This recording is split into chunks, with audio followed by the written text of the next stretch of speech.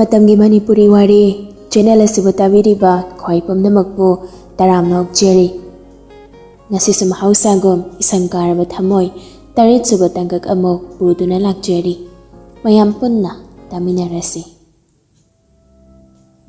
haiba inba nupa amarangamba natti yam thina haiba indaba masagi thamoi du khak pelaga loiri khanjaba nupani thoidokpa mangonda amagi waba leiti magi haibabu mana ngahaki khalaiba wakhaldo karamna kari upai sizinaduna phanggadagi haibasi khakni mana pamniba ado phangdriba phangba magi wakhalda khandona dumak leiribani madumakna phattaba upai sizinagi haina khanbamakti natti ahanba oina adusu nupi magi thamoi khudum chanaba hotnarakpani hana mana apamba tawrakpana tonganba amani fongna leptuna adu tawba yani yaroi haidana yetpikhiba leite mamana khara ngang cheige tawrabaso mapana jauna phanna lepkhibana apamba amada maning hanbagi hainabidi mangonda leirakte adumakna masigi nupisida phawriba magi iholsi sanamana maning hallo hairaga hekta hangadaba natte mana khongfam ama maning hankibaga mana khongfam ani thangjinaba honarakpa ngangtani mathangi numitagidi ngambana wala ngangda sanagi matung koyin ina tawbada hawrakle inaribaduda aduda haidana wa mahaiba ngangbasu tawde college chatkena thorakpada sana khoigi thonggaldagi khara chathokduna ngairamgani aduga college phawba adum inarakani horen makoina class loiraga hanbadaso thongal khara walingai phawba gari no tabli dom inarakani sanana thongal jangkibaga gari do speed kanna makoigi thongal phawduna thawkini tawriba thabak adu toiselakle nongmanini khaki wa natre sanadu sengna leiba yadre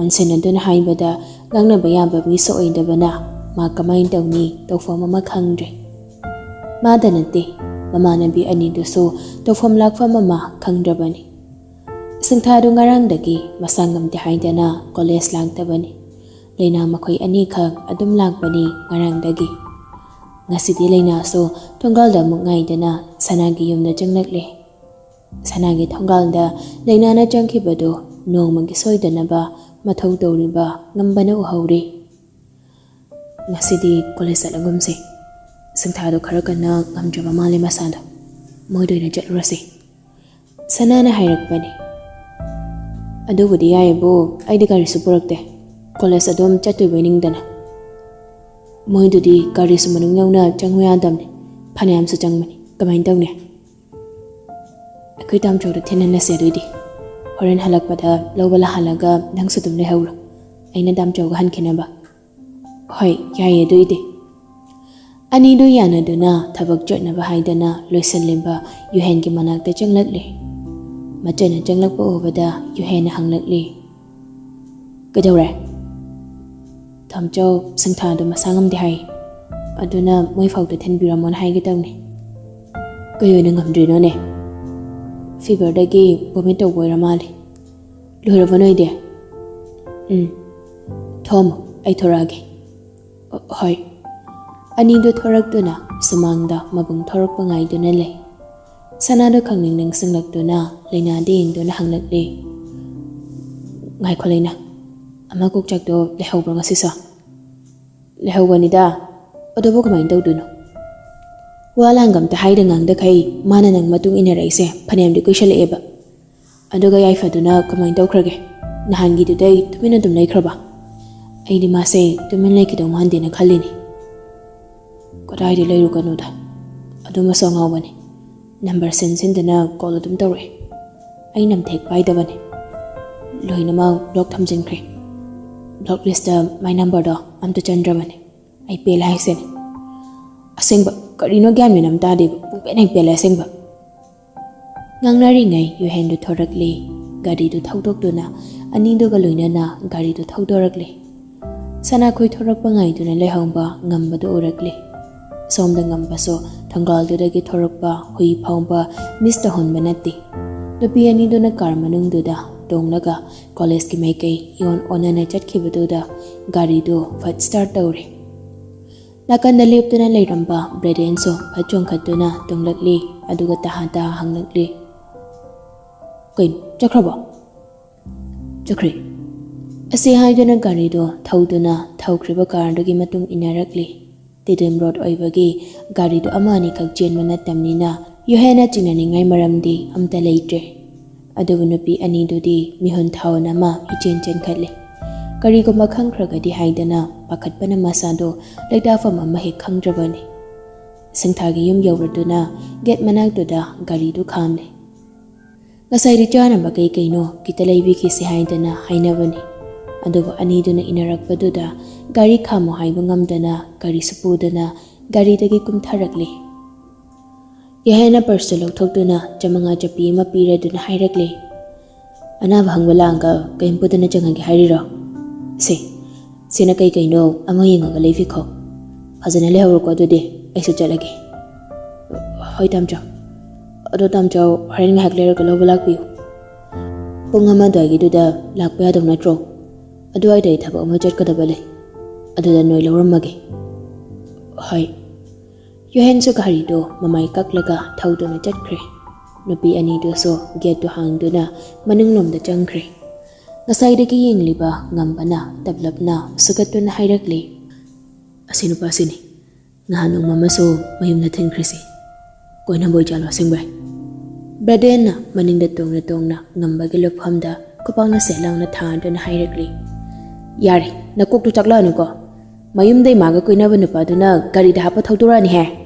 Gari ni nangang no khangde. Mabungumba oiramdong mali. Koina boy raso aina namdana mulla koini he. Nupi masana yadana bukki basana. Yarakani. Yana ba tawduribani. Aina hojek. Is gadawdoiba. Tha amadi helamani. Nangna si nupi sa sangaisi. Wahay ama fawba haidaba nupi sira kamay nangonong sirapdoino. Si khalubadani. Aina koksei mathajayisi. Jahi moiraso mana yadu fawbadi aina soidana ngaini. Nati amta ngai khone nupa. Asi nupi sida kayawge. Nangna sugamna mangon nangawi siba. Aingi thamoida tilai khomi chuhan mangami se mai magoni. Mana chuhalami. Aina khothengjela hotpayama sunandaba.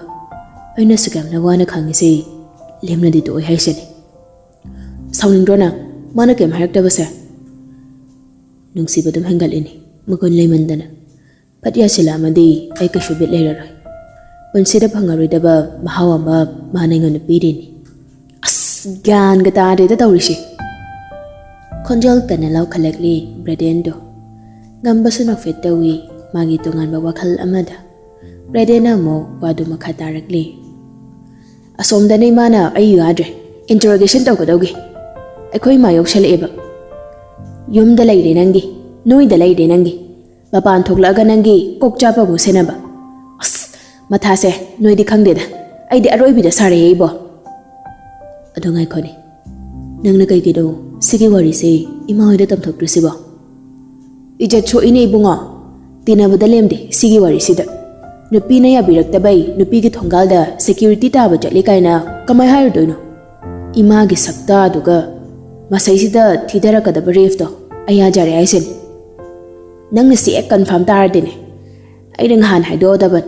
Confirm taba sangamde nangtaiba. Nupi masani yadaba ina drase. Aidi kuine na taba. Ado nang wado mangonda haiba yarabani. Sungai saide. Ado na kamaina confirmation letter fangdoino. Ma hojik fawgi oinadi engonda wa haihaningbagi miding hingagdri. Mana haihaningbagi miding hinglakpaga aina dum hayadawni. Ngairibani miding hamakab. Sahityaga sina tokolakkiba sina hojikkansi. Nati kabi olagi hairo nangba. Nupi magi haktakta match ang pamagpangambana kabiyon krikay hayadi yam tina pajar hoyiba. Yari, nachinulepo. Bet legadawa wamta di nang nachinday thorok dine. Aning do tumin na mong laynagri. Somdana nupi aham doso wari sanari. Ngamba ko'y lehawi haiba na jingba mayamdo. Bakoy hum kokjung sinay kamay na hairaga kamay na tawraga. Ngamba na mana tawriba tabaksi liyap kini haidana khꯟꯕ ꯌꯥꯕ khꯟꯅꯔꯒ ꯁꯤꯟꯊꯥꯅ ꯍꯥꯏꯔꯛꯂꯤ ꯑꯗꯨꯃꯥꯏ ꯁꯨꯝ ꯇꯧꯗꯤ ꯁꯔꯨꯛꯄꯨꯗꯤ phone ꯅꯝꯕꯔꯗꯣ ꯂꯧꯅꯔꯒ message ꯈꯔ ꯊꯥꯅꯔꯒ ꯊꯦꯡꯃꯨꯗꯅ ꯁꯅꯥꯗꯣ ꯃꯃꯤꯠ ꯃꯅꯥ ꯂꯥꯎꯊꯣꯛꯇꯨꯅ ꯁꯧꯒꯠꯂꯛꯂꯤ ꯆꯠꯂꯣꯗ ꯑꯗꯨꯒꯤ ꯀꯣꯛꯆꯛꯇꯨꯒ ꯑꯩꯒ ꯀꯃꯥꯏ ꯃꯦꯁꯦꯖ ꯊꯥꯅꯗꯣꯏꯅꯣ ꯉꯝꯗ꯭ꯔꯦ ꯁꯤꯔ ꯐꯥꯎꯕ ꯉꯝꯖꯔꯔꯣꯏ ꯑꯩꯗꯤ ꯃꯀꯣꯛ ꯈꯨꯆꯥꯛ ꯂꯥꯛꯆꯥꯛꯇꯨꯒ ꯄꯨꯔꯥ ꯁꯣꯅꯣꯅꯤ ꯃꯤꯅ ꯉꯥꯡꯉꯤꯁꯤ ꯀꯩ ꯂꯩꯒꯦ ꯀꯥꯏꯅ ꯈꯟꯕꯤꯒꯗꯕ ꯀꯣꯛ ꯅꯠꯇꯦ ꯇꯧꯅꯨ ꯍꯥꯏꯔꯨꯕꯗ ꯂꯩꯅꯥ ꯍꯦꯟꯖꯤꯜꯂꯛꯏꯕ ꯃꯤꯗꯨꯗ ꯑꯩꯅ ꯃꯦꯁꯦꯖ ꯊꯥꯔꯒ ꯍꯦꯛꯇ ꯐꯗꯧꯕꯩ ꯇꯥꯏꯞꯇ ꯁꯨꯝ ꯍꯥꯏꯕꯩ ꯋꯥꯅꯤ ꯀꯩꯗꯧꯔꯒꯦ ꯍꯦꯛꯇ ꯁꯥꯎꯒꯠꯂꯛꯏ ꯃꯥꯅ ꯅꯪ ꯇꯁꯦꯡꯅ ꯈꯟꯖꯕ ꯑꯣꯏꯔꯝꯃꯗꯤ ꯅꯪꯅ ꯊꯦꯝꯕꯗ ꯌꯥꯒꯗ꯭ꯔꯥ ꯍꯥꯏꯕꯒꯤ ꯁꯨꯝ ꯃꯤꯟꯁ ꯊꯤꯔꯛꯄꯩ ꯋꯥꯅꯤ ꯅꯪ ꯍꯥꯏꯁꯤꯗꯤ ꯀꯩꯒꯨꯝꯕ ꯃꯥꯅ ꯄꯥꯝꯃꯝꯃꯦ ꯅꯨꯡꯁꯤꯔꯦ ꯍꯥꯏꯔꯗꯤ ꯅꯨꯡꯁꯤꯅꯧ ꯀꯣꯏꯅꯧ ꯍꯥꯏꯕꯩ ꯋꯥꯅꯤꯅꯦ ꯑꯗꯨꯃꯛꯇꯤ ꯍꯥꯏꯗꯦꯗꯅ ꯑꯩꯁꯨ ꯌꯥꯔꯦ ꯃꯥꯏ ꯋꯥꯁꯦ ꯂꯣꯏꯁꯤꯜꯂꯁꯤ ꯑꯩꯅ ꯁꯥꯎꯔꯛꯇꯅ ꯑꯩꯈꯣꯏ ꯇꯥꯝꯆꯧꯗ ꯇꯥꯛꯊꯣꯛꯑꯒꯅꯦ ꯇꯥꯒꯩ ꯐꯨꯍꯟꯗꯣꯏꯅꯤ ꯃꯤꯅ ꯃꯥꯏ ꯃꯔꯝꯒꯤ ꯃꯕꯨꯡꯁꯤꯅ ꯃꯤꯒ ꯐꯨꯏ ꯃꯁꯛꯀ ꯌꯥꯝ ꯐꯖꯕꯩ ꯇꯥꯏꯞꯇ ꯑꯗꯨꯗꯥꯅ ꯃꯌꯥꯝ ꯑꯃ ꯉꯥꯡꯅꯅꯤ ꯇꯥꯝꯆꯧ ꯍꯣꯏꯒꯤ ꯖꯠ ꯁꯣꯁꯣꯛꯀꯅꯤ ꯈꯟꯕꯩ ꯑꯩ ꯀꯩꯝ ꯍꯥꯏꯖꯗꯕꯅꯤ ꯑꯗꯣ ꯁꯨꯝ ꯍꯟꯖꯤꯜꯂꯛꯑꯗꯤꯅꯦ ꯑꯩꯗꯤ ꯍꯥꯏꯗꯣꯏꯅꯤ ꯂꯩꯅꯥꯅ ꯑꯅꯤꯗꯨꯒꯤ ꯋꯥꯔꯤꯗꯣ ꯁꯝꯖꯤꯜꯂꯒ ꯑꯃꯗ ꯄꯨꯊꯣꯛꯇꯨꯅ ꯁꯥꯟꯅꯅꯕ ꯍꯣꯠꯅꯔꯛꯂꯤ ꯌꯥꯔꯤꯁꯦ ꯃꯣꯏ ꯋꯥꯔꯤꯁꯦ ꯑꯩ ꯌꯥꯝ ꯇꯟꯕ ꯊꯕꯛ ꯑꯃ ꯇꯧꯔꯤ ꯌꯥꯝ ꯇꯜꯂꯦ ꯍꯥꯏꯁꯤꯅꯤꯀꯣ ꯀꯩꯗꯧꯔꯒꯦ ꯅꯪꯅ ꯑꯃ ꯍꯣꯏ ꯑꯩꯈꯣꯏ ꯆꯦꯗꯣ ꯑꯉꯥꯡ ꯎꯅꯕꯒꯤ ꯉꯁꯤ ꯄꯨꯈꯠꯈ꯭ꯔꯤ ꯃꯥꯅ ꯃꯆꯥ ꯄꯣꯛꯑꯗꯤ ꯑꯩꯁꯦ ꯃꯥꯏ ꯃꯅꯥꯛꯇ ꯂꯩꯔꯨꯗꯕ ꯌꯥꯔꯣꯏꯗꯣꯔꯤ ꯑꯩꯈꯣꯏ ꯏꯃꯥꯅ ꯉꯁꯤꯗꯩ ꯆꯠꯂꯨꯕ ꯍꯥꯏꯍꯧꯔꯤꯅꯤ ꯑꯩꯅ ꯇꯟꯃꯟꯗꯅ ꯀꯩꯝ ꯍꯥꯏꯔꯝꯗꯕꯤꯗ ꯆꯦꯜꯂꯛꯏꯅꯤ ꯋꯥꯔꯤꯗꯣ ꯑꯃꯔꯣꯝꯗ ꯆꯠꯅꯈ꯭ꯔꯦ ꯍꯣꯝꯗꯣ ꯌꯨꯍꯦꯟꯅ ꯃꯆꯟꯕꯨ ꯂꯧꯕ ꯂꯥꯛꯄ ꯐꯥꯎꯕ ꯉꯝꯕ ꯈꯣꯏꯗꯣ ꯃꯆꯤ ꯂꯦꯡꯗꯅ ꯉꯥꯏꯔꯤ ꯌꯨꯍꯦꯟꯅ ꯁꯤꯡꯊꯥꯒꯤ ꯆꯥꯅꯕ ꯍꯥꯏꯗꯅ ꯈꯔꯁꯨ ꯂꯩꯗꯨꯅ ꯑꯃꯨꯛ ꯄꯨꯔꯛꯂꯝꯃꯤ ꯂꯩꯅꯥꯕꯨ ꯃꯌꯨꯝ ꯐꯥꯎꯕ ꯊꯤꯟꯕꯤꯔꯝꯂꯒ ꯃꯆꯟ ꯑꯃꯨꯛ ꯃꯌꯨꯝꯗ ꯊꯥꯗꯔꯝꯂꯒ ꯃꯥꯒꯤ ꯊꯕꯛ ꯑꯃ ꯆꯠꯀꯗꯕ ꯋꯥꯠꯂꯤ ꯍꯥꯏꯗꯨꯅ ꯌꯨꯝ ꯐꯥꯎꯕ ꯆꯪꯉꯝꯗ ꯑꯗꯨꯝ ꯆꯠꯈ꯭ꯔꯤ ꯁꯅꯥꯁꯨ ꯌꯨꯝꯗꯨꯗ ꯂꯩꯍꯧꯔꯤ ꯉꯝꯕ ꯈꯣꯏꯁꯨ ꯌꯨꯝ ꯐꯥꯎꯕ ꯏꯟꯅꯔꯝꯂꯒ ꯃꯌꯨꯝꯂꯣꯝꯗ ꯒꯥꯔꯤꯗꯨ ꯊꯧꯗꯨꯅ ꯆꯠꯈ꯭ꯔꯤ ꯅꯨꯃꯤꯗꯥꯡꯅꯤ ꯀꯩꯊꯦꯜ ꯀꯨꯝꯂꯛꯄꯒꯤ ꯂꯩꯃꯗꯣ ꯃꯈꯣꯡ ꯃꯈꯨꯠ ꯍꯥꯝꯕ ꯂꯣꯏꯔꯛꯄꯒꯤ ꯉꯥꯏꯍꯥꯛ ꯄꯣꯊꯥꯔꯤ ꯁꯅꯥꯗ ꯃꯀꯣꯛ ꯆꯤꯛꯂꯤ ꯆꯥꯛ ꯆꯥꯅꯤꯡꯗ꯭ꯔꯦ ꯍꯥꯏꯗꯅ ꯀꯥꯗ ꯆꯪꯈ꯭ꯔꯤ ꯂꯩꯃꯁꯨ ꯍꯥꯏꯔꯨꯗ꯭ꯔꯤ ꯌꯨꯍꯦꯟꯒꯤ ꯀꯥꯗ ꯆꯥꯛ ꯆꯥꯅꯕ ꯀꯧꯕ ꯑꯣꯏꯅ ꯆꯪꯂꯛꯄꯗ ꯌꯨꯍꯦꯟꯗꯣ ꯐꯃꯨꯡꯗ ꯂꯣꯡꯅ ꯍꯤꯞꯂꯒ ꯐꯣꯟꯗ ꯃꯦꯠꯇꯨꯅ ꯂꯩꯔꯝꯃꯤ ꯂꯩꯃꯅ ꯆꯪꯁꯤꯟꯗꯨꯅ ꯐꯃꯨꯡ ꯃꯆꯤꯗꯨꯗ ꯇꯞꯅ ꯐꯝꯊꯗꯨꯅ ꯋꯥꯔꯤ ꯁꯥꯔꯛꯂꯤ ꯌꯨꯍꯦꯟ ꯏꯟꯗꯣꯝꯆꯥ ꯏꯆꯥꯗ ꯋꯥꯔꯤ ꯑꯃꯇ ꯁꯥꯟꯅꯅꯤꯡꯉꯤꯅꯦ ꯌꯨꯍꯦꯟꯁꯨ ꯄꯥꯏꯔꯝꯕ ꯐꯣꯟꯗꯣ ꯃꯨꯊꯠꯈ꯭ꯔꯒ ꯅꯥꯀꯟꯗ ꯊꯝꯂꯗꯨꯅ ꯍꯤꯞꯂꯝꯕꯗꯨ ꯍꯧꯒꯠꯇꯨꯅ ꯐꯝꯂꯒ ꯍꯪꯂꯛꯂꯤ ꯀꯩ ꯋꯥꯔꯤꯅꯣ ꯏꯅꯣꯝꯆꯥ ꯅꯆꯟꯁꯦ ꯍꯟꯗꯛꯇꯤ ꯑꯩꯈꯣꯏꯅ ꯁꯦꯟꯅꯕꯁꯨ ꯈꯔ ꯋꯥꯠꯂꯤ ꯑꯗꯨꯅ ꯃꯥꯅ ꯍꯧꯖꯤꯛ ꯀꯔꯤ ꯇꯧꯔꯤꯕ ꯀꯃꯥꯏꯅ ꯂꯩꯔꯤꯕ ꯍꯥꯏꯕꯗꯣ ꯐꯖꯅ ꯃꯄꯨꯡ ꯐꯥꯅꯁꯨ ꯈꯪꯗ꯭ꯔꯦ ꯏꯟꯗꯣꯝꯆꯥꯅ ꯅꯆꯟꯁꯦ ꯁꯣꯏꯉꯝꯍꯟꯅꯤꯡꯗꯦ ꯑꯗꯨꯅ ꯑꯩ ꯅꯪꯕꯨ ꯅꯆꯟꯁꯦ ꯈꯔ ꯁꯦꯟꯅꯍꯟꯅꯤꯡꯉꯤꯅꯦ ꯌꯨꯍꯦꯟꯅ ꯅꯨꯄꯥꯒ ꯑꯣꯏꯕꯅꯦ ꯃꯊꯧ ꯆꯤꯟꯕ ꯃꯤ ꯑꯃꯒ ꯑꯣꯏꯕꯅꯦ ꯀꯅꯥꯅ ꯀꯩ ꯍꯥꯏꯅꯔꯤꯕ ꯀꯅꯥꯅ ꯀꯔꯤ ꯃꯤꯠꯌꯦꯡ ꯌꯦꯡꯂꯤꯕ ꯍꯥꯏꯕꯗꯨ ꯅꯣꯡꯃꯇ ꯊꯤꯖꯤꯜꯂꯨꯗꯦ ꯃꯤꯅ ꯑꯗꯨꯗ ꯍꯥꯏꯔꯛꯂꯒ ꯃꯥꯅ ꯍꯦꯛꯇ ꯊꯥꯖꯒꯗꯕ ꯃꯤꯗꯥꯁꯨ ꯅꯠꯇꯦ ꯃꯥ ꯃꯁꯥꯃꯛꯅ ꯎꯖꯔꯒ ꯊꯥꯖꯔꯒ ꯊꯥꯖꯕ ꯃꯤꯗꯥꯅꯤ ꯑꯗꯨꯕꯨ ꯂꯩꯃꯗꯤ ꯈꯔ ꯇꯣꯉꯥꯜꯂꯤ ꯑꯗꯨꯒꯤꯁꯨ ꯃꯊꯛꯇ ꯃꯥꯗꯤ ꯅꯨꯄꯤꯅꯤ ꯑꯗꯨꯁꯨ ꯀꯩꯊꯦꯜꯗ ꯃꯌꯥꯝ ꯇꯤꯟꯅꯔꯤꯕ ꯃꯆꯥꯅꯨꯄꯤꯒꯤ ꯃꯇꯨꯡ ꯅꯨꯄꯥ ꯑꯃꯅ ꯀꯣꯏꯌꯦꯟ ꯏꯟꯅꯩ ꯃꯆꯥꯅꯨꯄꯤꯅ ꯌꯥꯅꯤꯡꯗꯕꯒꯤ ꯃꯑꯣꯡ ꯑꯝꯇ ꯎꯠꯄ ꯇꯧꯗꯦ ꯅꯨꯄꯥꯗꯨꯅ ꯀꯣꯏꯁꯦꯟ ꯁꯦꯟꯅꯩ ꯍꯥꯏꯕꯅꯆꯤꯡꯕ ꯋꯥ ꯀꯌꯥ ꯑꯃ ꯇꯥꯔꯛꯂꯤꯕꯁꯤ ꯃꯤ ꯑꯃꯈꯛꯀꯤ ꯃꯆꯤꯟꯗꯒꯤ ꯑꯣꯏꯔꯛꯇꯕꯅꯤꯅ ꯂꯩꯃꯅ ꯍꯧꯗꯣꯔꯛꯂꯤꯕꯅꯤ ꯌꯨꯍꯦꯟꯗꯣ ꯆꯤꯡꯅꯕ ꯑꯃꯒ ꯂꯣꯏꯅꯅ ꯂꯩꯃꯗ ꯌꯦꯡꯂꯛꯂꯤ ꯂꯩꯃꯗ ꯋꯥꯗꯣ ꯃꯈꯥ ꯇꯥꯔꯗꯨꯅ ꯅꯀꯣꯏꯅꯅ ꯍꯥꯏꯔꯛꯂꯤ ꯃꯥꯁꯦ ꯅꯨꯄꯤꯅꯤ ꯑꯗꯨꯒ ꯑꯩꯈꯣꯏꯅ ꯊꯕꯛ ꯆꯠꯂꯤꯕꯅꯤ ꯍꯥꯏꯗꯅ ꯂꯩꯔꯕꯅꯤꯅꯅꯦ ꯃꯥꯗꯤ ꯃꯊꯟꯇ ꯂꯩꯍꯧꯔꯦꯗꯣ ꯅꯨꯄꯤ ꯍꯥꯏꯕꯁꯤꯗꯤ ꯌꯥꯝꯅ ꯆꯦꯛꯁꯤꯟꯒꯗꯧꯅꯤ ꯗꯥꯛꯐꯝ ꯑꯃꯇꯪ ꯇꯥꯈꯤꯕꯗ ꯄꯨꯟꯁꯤ ꯆꯨꯞꯄ ꯁꯥꯒꯣꯟꯅꯒꯗꯧꯔꯤꯕꯅꯤ ꯍꯌꯦꯡ ꯌꯦꯡꯁꯤꯟꯕꯤꯅꯕ ꯂꯩꯇꯗꯨꯅ ꯇꯧꯔꯤꯕꯅꯤ ꯍꯥꯏꯗꯅꯦ ꯍꯦꯛꯇ ꯍꯥꯏꯅꯈꯤꯗꯣꯔꯤꯕꯅꯤ ꯑꯍꯥꯟꯕ ꯑꯃꯨꯛꯁꯨ ꯁꯣꯏꯔꯨꯔꯦ ꯑꯗꯨꯕꯨ ꯃꯇꯨꯡ ꯑꯃꯨꯛ ꯁꯣꯏꯍꯟꯕꯗꯤ ꯏꯟꯗꯣꯝꯆꯥꯗꯤ ꯄꯥꯝꯗꯦꯀꯣ ꯏꯟꯗꯣꯝꯆꯥ ꯏꯆꯥꯅ ꯀꯩꯗꯧꯔꯒꯦ ꯅꯆꯥꯗ ꯁꯦꯡꯅ ꯍꯥꯏꯕꯤꯌꯨ ꯃꯥꯅ ꯀꯩꯗꯧꯏ ꯍꯥꯏꯕꯒꯤ ꯋꯥ ꯅꯠꯇꯦꯅꯦ ꯏꯟꯗꯣꯝꯆꯥꯅ ꯍꯥꯏꯔꯤꯕꯁꯦ ꯅꯪꯁꯨ ꯍꯧꯖꯤꯛ ꯆꯍꯤ ꯃꯇꯥꯡ ꯆꯥꯔꯕꯅꯤ ꯌꯨꯝ ꯀꯩ ꯄꯥꯟꯕ ꯃꯇꯝ ꯌꯧꯔꯕꯅꯤ ꯅꯆꯟꯕꯨ ꯃꯃꯥꯁꯛꯅ ꯌꯦꯡꯁꯤꯟꯕ ꯉꯝꯒꯗꯧꯕ ꯃꯅꯝ ꯑꯃ ꯗꯔꯀꯥꯔ ꯑꯣꯏꯔꯕꯅꯤꯅꯦ ꯌꯨꯍꯦꯟ ꯏꯟꯗꯣꯝꯆꯥꯅ ꯅꯈꯣꯏꯕꯨ ꯀꯌꯥꯝ ꯀꯨꯏꯅ ꯁꯦꯟꯅꯗꯨꯅ ꯂꯩꯕ ꯉꯝꯗꯣꯏꯅꯦ Haloi silaklabani Ningthouja se. Aduna ibungo lohongnaba tawrasi. Ichana pamba Ningthouja leiragana Ningthouja da hairo. Ningthouja chatuna ima oijage haidanane haijorage. Nangna leite hairagana Ningthouja ma thirage. Ichana karamba makhal pamliba haibadu hairo. Tasing handakse Ningthouja najangi khanbada wakhase leita famama ikhang khangdre. Yohanda famlambadagi tabna haugatuna upoda hangdokduna khabarna yomba mapun ama pothorakduna leimada piraktuna hairagli. Ningthouja aina marup ama yawbado ngasi phangi. Kayano na haisibo? Laktarani. Ainga shama phangadawa leibani. Aina khara chacharaga mathoido khara yamaga lawge haidana thambani. Maduna nachangi kaino yengbinaba haidana. Nangi si phangi ngai sida tanjari lohongnaba tahorasi. Thama muktangdi engonda piyo namja. Aduga selgidi yani. Aige kaunta so aina dum thamjinba sel yawgani. Aduna ichangi kaino ama taunaba Ningthouja na thamjinbiro. Ho phari phari. Ningthouja thamjilage. Lao lo chak chathorasi. Nachanji chaharoi makok nangai te na phamungda changhaure. Hoilagi Ningthouja. Yohanda tasing na haidabada manupi thiningba pokpa mida natti. Karigino hairaga mana kaigumba nupi thirakpa matamda magi majanasi mangondagi lapthokitra haimbagi wakhal sena. Mangasi phangba nupi ngange wakhal chingsinduna khandabani. Handakti Ningthouja na phagi oina haibaso haiba khara toi selakle. Aduga ngasi hairibasina amung khara serious oina hairakpa oibana ma wakhal khanthadaba yaroi dore. Somdana ngambado phamungda longna heptuna wakhal khalli. Ma sanage wakhal si khalli haiba ngamdre. Namduna sanage wakhalda lapsanba haibada oire. Masinupi si kaino haibanida. Oina mai matung inharaisi phanali koire. Nungsu takpa bukaladi tummi haiba pawrodo lansilaba kainam tawsileeda. Mamai nungsiba mapanchile. Aduga mana aingonda haningaktabiga taweba. Aina saruktana bena mapuraga phadoini sumenjelade. Adumak sektam nungdaba iso. Nungsirinena nungsithoraga masana yadananga pharaga kapada. Adu samu yengba ngamoidoiba. Nate. Aisa mana mangonda ngaungna nabada maimiga tanaraga samsung jalo. Adu jalo. Aina mangonda pungam ngaurise. As aibo laitanam tang khurum thokpana phadoi jala. Koromoida. Asak yam nungsikai ngawsibo adu ngawthoke. Nongmadi kelakeni dana. Adu so aigi tampaksida poplauna. Mathanta mugno I angawbago matangduda jekto mamai phet phet haiduna chaknakli. Ngambada ma ubada nokladuna amuk sahinjay. Inaw nungsibaga say handakti yagandabi madang hauringai pachana gamte ang senbidravani tawise. Sauningrani nangba tamchada. Asi haiduna hoiduga phamung mathakduda sanaduna wakhaldo amada mukonthokre.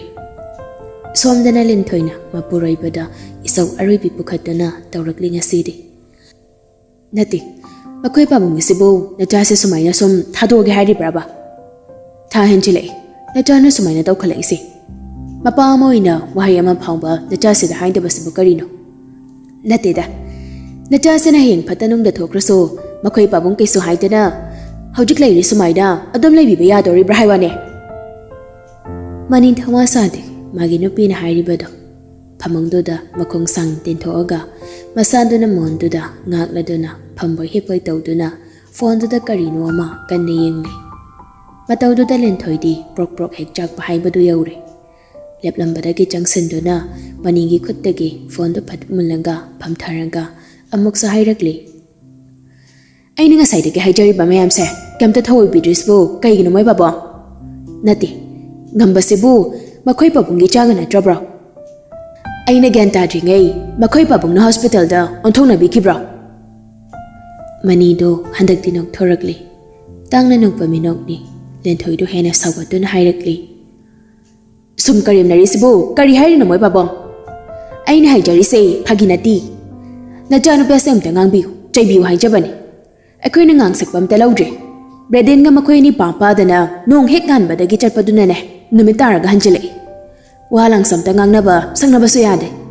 Noki Nisa Jaselaga Nisa Kaibago Nati Siboy was some young dana Layon Hari Braba Yarida Mama Cardino Nangina Jinsibo Asugam Canvasibo Dab Nairak Pani Manina Ho Kalesi Pamba Wangang Yajabanatro Naquina Panachase Machase Mapalo Wani Anam Namarola Macaliba Haidang Nabana Marola Mayandriba Aine I pay Labani Haisigo Nachano Pasi Nanga Popanetro Adoga Karikino Nana Nachaseda with a gam Tazadiduba In cut behind the city Gowning Balang Bamatamni Karajatsan Koisano Kidoge I couldn't hold it told up Mang the bait in a later Matam Sida Koyu Lango Bayaribro I did Rang Palangama Yawi I get Jasi I get Jaman Kiji Haidana Kalami Badi Adobu Handakti I get Jaman Kale Hey Natana Pahansida Nanglawine Aduba to Masimati I cocked and a low dory Hare Nungai the go Nati How do you put Mamma Sumaina Kui Belanga Matamla Matong was in a mapana Bahonagada Basida Mana Sumai Langdana Naudana Labor Matam Haiwane Magilambidi I couldn't simply done a later bunny Kidobagi Manamu Waruduno Tabak High City Matamnadum Pura Galagani I know Bam the Haiduna so Jimbe Abanatido Howjik Magi Matami of Dribaki Bani Magi Matam Laga Masudum Taukani Can cut you a China Passe Hayang Soiraga and on the thing of Basunayarico Mangaga Bapanadum Senabio Echo Yarnberg and Hijari Basini Hoida I get I jaggy Pay